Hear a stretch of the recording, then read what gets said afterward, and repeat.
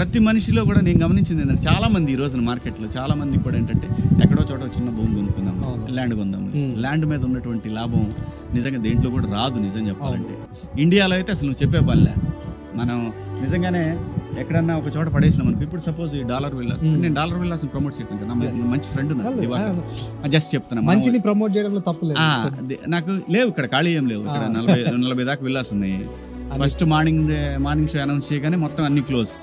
So అది కాదు చెప్తున్నా. ఇవాళ ఇక్కడ ఇన్వెస్ట్ చేస్తున్నాడు, రూపాయి ఇన్వెస్ట్ చేస్తున్నాడు, ఈరోజు రూపాయిన్నర వచ్చేది. Matter of 6 months. ఎలాంటి టైప్ ఆఫ్ ఇన్వెస్ట్మెంట్స్ ఎక్కువ ఇష్టపడతారు? నేనా? నాకు పర్సనల్గా ఎక్కడన్నా దూరంగా ల్యాండ్ నేను ఇష్టపడతాను. ఈ కన్స్ట్రక్షన్ మీద నేను ఇష్టపడ్డా. ఎందుకో నాకు కన్స్ట్రక్షన్ మీద పెద్దగా డబ్బులు ఏం రాలా. ల్యాండ్ అంటే అగ్రికల్చర్ ల్యాండ్ లేకపోతే కమర్షియల్.